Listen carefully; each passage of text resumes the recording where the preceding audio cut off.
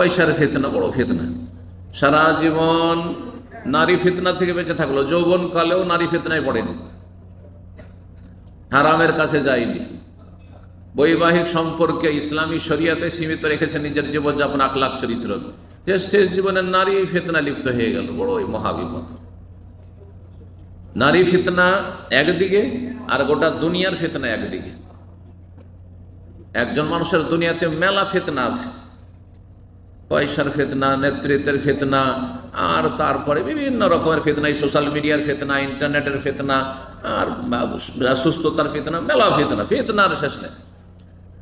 দুনিয়ার মেলা ফিতনা রয়েছে, সব ফিতনা এক পাল্লায়, আর এক পাল্লাতে শুধু নারী ফিতনা।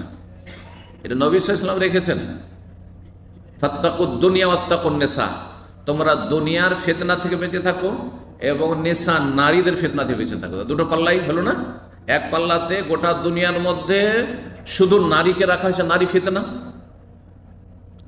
আর এক পাল্লাতে রাখা হয়েছে নারী ফিতনা মানে কি? বেগানা নারীর সাথে যদি আপনার